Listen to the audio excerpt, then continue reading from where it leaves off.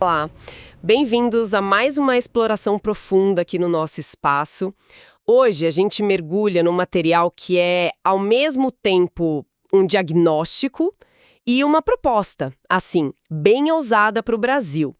É um artigo do Tiago Santos da Silva, que lança uma ideia com um nome familiar, mas com um sobrenome que, olha, é revolucionário. Minha Casa, Minha Vida Agroflorestal. É um nome que chama atenção, né? E a proposta é tão ambiciosa quanto o nome sugere. Exato. A ideia central é atacar duas das nossas maiores crises de uma só vez: o déficit de moradia e a emergência climática. Sim. E a proposta é criar comunidades rurais que são baseadas em sistemas agroflorestais regenerativos. Perfeito. E o artigo que a gente recebeu é denso, ele não fica só na superfície, né? O autor, o Tiago, ele passa por questões jurídicas, econômicas, arquitetônicas, sociais. Cobre tudo. Então, a nossa missão aqui hoje é meio que desdobrar essa proposta, entender os alicerces dela e ver se a gente está diante de um plano executável mesmo ou de uma bela utopia. E o que torna essa discussão tão pertinente, eu acho, é que ela foge daquela lógica de caixinha, sabe? De ter uma política para moradia, outra para o meio ambiente, outra para a agricultura. Tudo separado. Tudo separado. O que o autor propõe é uma solução sistêmica.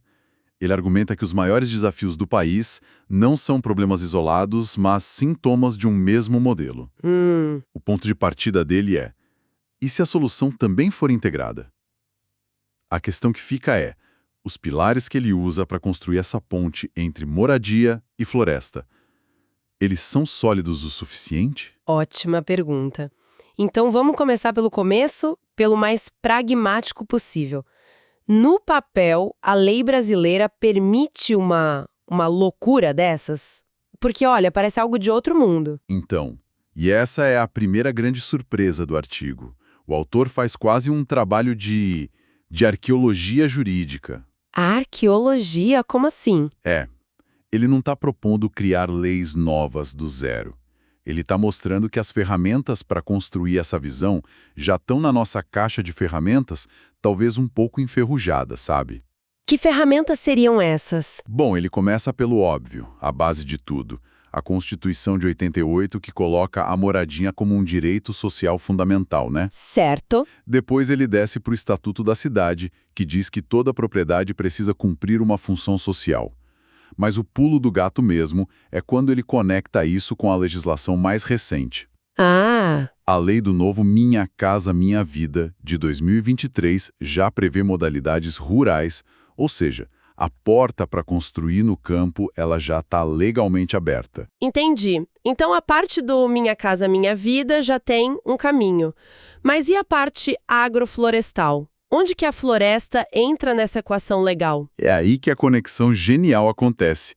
O artigo mostra como a Política Nacional de Pagamento por Serviços Ambientais, a PNPSA, pode ser a grande financiadora da parte verde do projeto. Pagamento por serviços ambientais? Exato.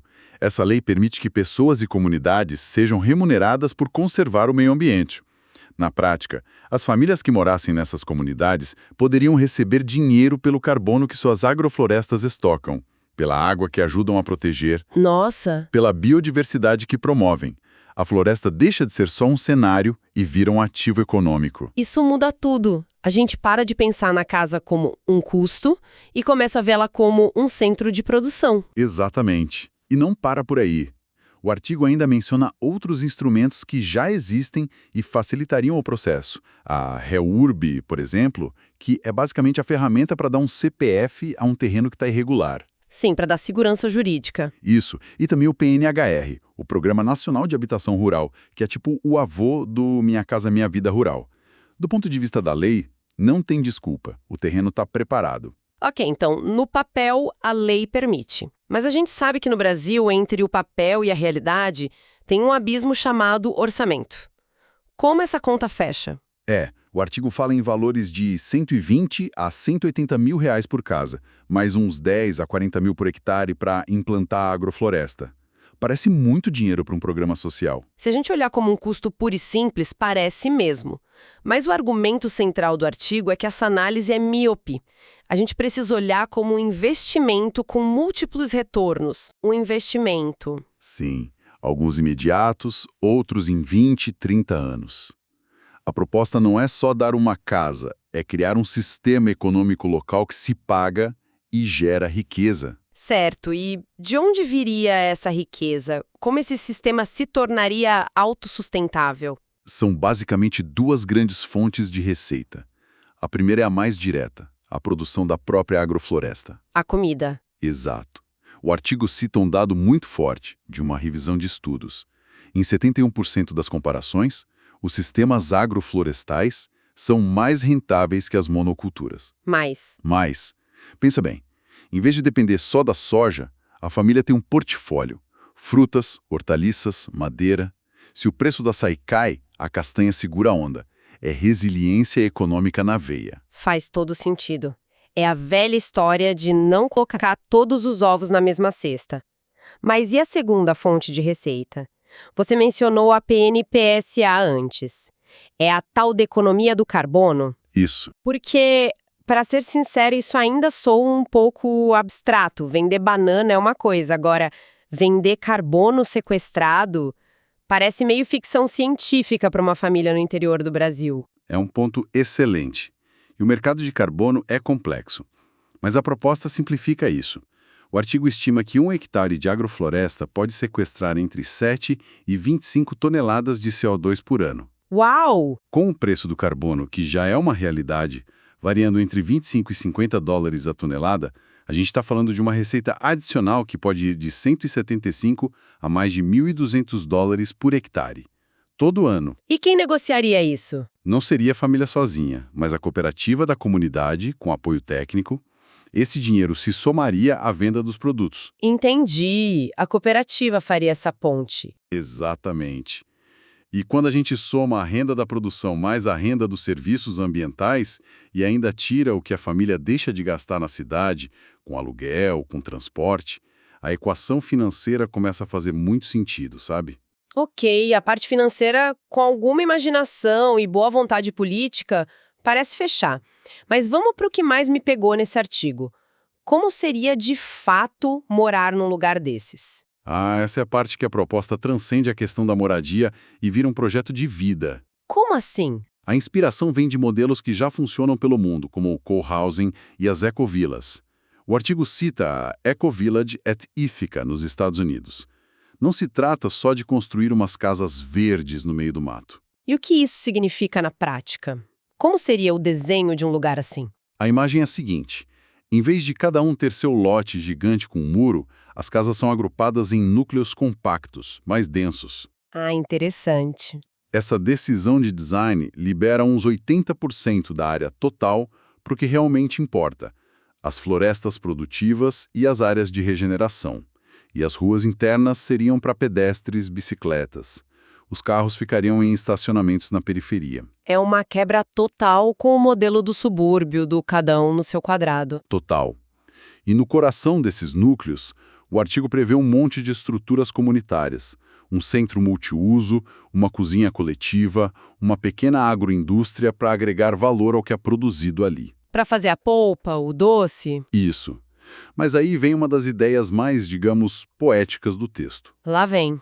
O autor propõe planejar os espaços para nutrir o que o psicólogo Howard Gardner chamou de as 9 inteligências múltiplas. Peraí, 9 inteligências múltiplas? Isso soa extremamente ambicioso. Como isso funcionaria na prática, sem virar um parque temático? É uma ótima pergunta.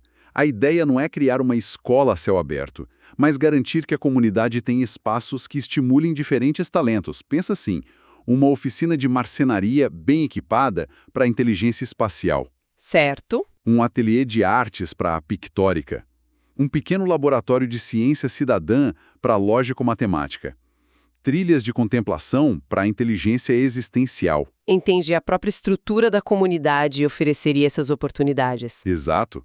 E a arquitetura das casas seguiria essa linha, com materiais locais, técnicas bioclimáticas, captação de água da chuva, energia solar. É um projeto integral. um projeto de vida, como você disse.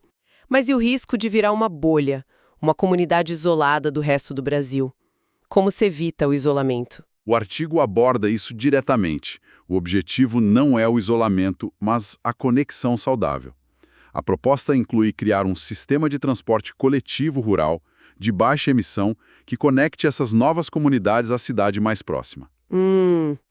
A ideia é criar um novo tipo de espaço, que o autor chama de semi-rural, semi-urbano, onde se tem a qualidade de vida do campo sem abrir mão do acesso a serviços e oportunidades da cidade. Certo.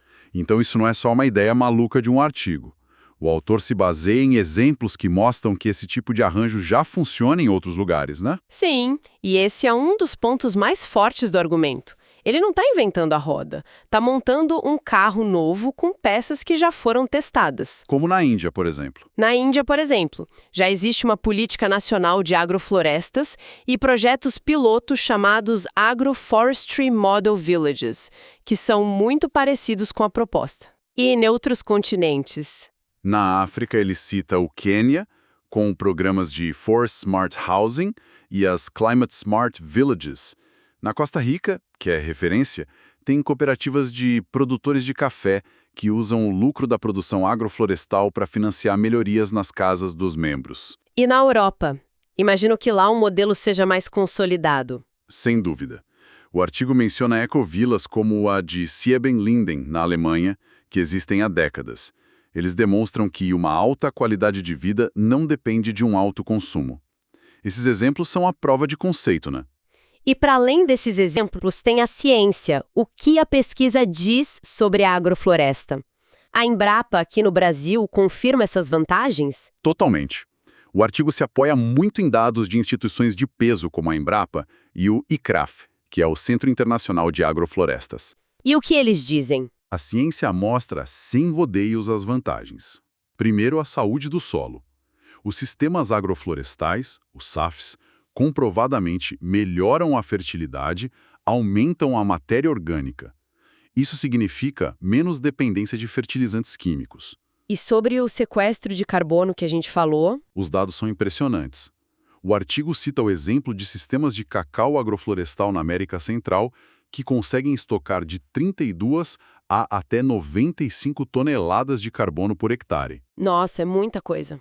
É tirar carbono da atmosfera e transformar em vida, em solo, em comida. Ou seja, a ciência e os exemplos práticos dão o selo de aprovação. Então, se é legalmente possível, financeiramente viável a longo prazo e baseado em evidências, a pergunta que fica é: e a escala? Como isso sairia dos projetos piloto para virar uma política nacional? É aí que o artigo dá seu passo mais audacioso. Ele propõe nada menos que uma mudança demográfica planejada, uma espécie de êxodo urbano. Um êxodo urbano. É impressionante pensar nisso. A gente normalizou a ideia de que o futuro está na cidade grande, né? No asfalto. Exato. E para entender a dimensão disso, o autor nos lembra dos números do êxodo rural. Em 1950, 64% da população brasileira era rural. Nossa, era um país do campo. Totalmente. Hoje, segundo o censo de 2022, somos apenas 12,6% no campo. Foi um esvaziamento brutal que superlotou as cidades. E qual é o número que ele propõe para reverter isso? O número é de cair o queixo. Realocar voluntariamente 5 milhões de pessoas de volta ao campo, ao longo de 20 anos.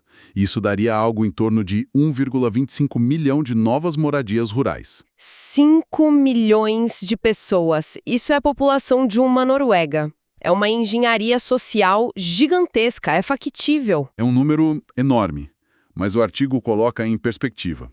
O Minha Casa Minha Vida, em seus melhores anos, entregou um volume de unidades urbanas comparável a isso.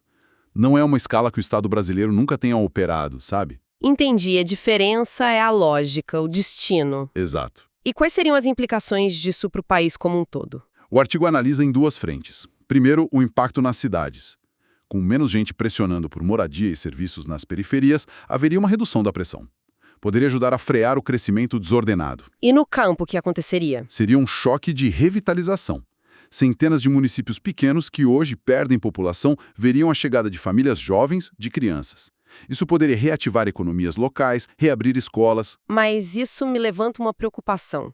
Um movimento dessa escala não poderia gerar uma onda de especulação com terras rurais? É um risco real e o artigo não foge dele. O autor deixa claro que uma política como essa só funcionaria com um planejamento territorial e uma regulação fundiária muito forte. Para evitar especulação. Exatamente.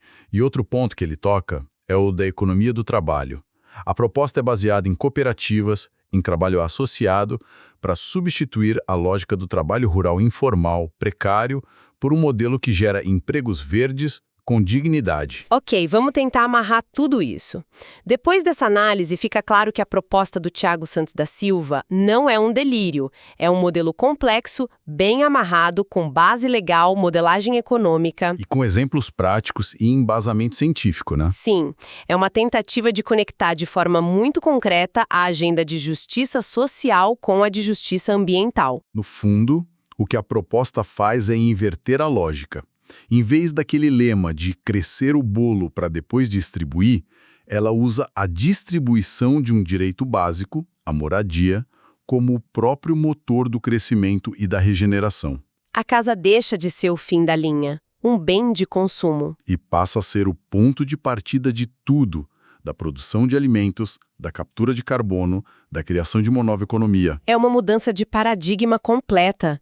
Em vez de enxergar a população de baixa renda como um problema, o modelo a posiciona como protagonista da solução. Exatamente essa é a virada de chave.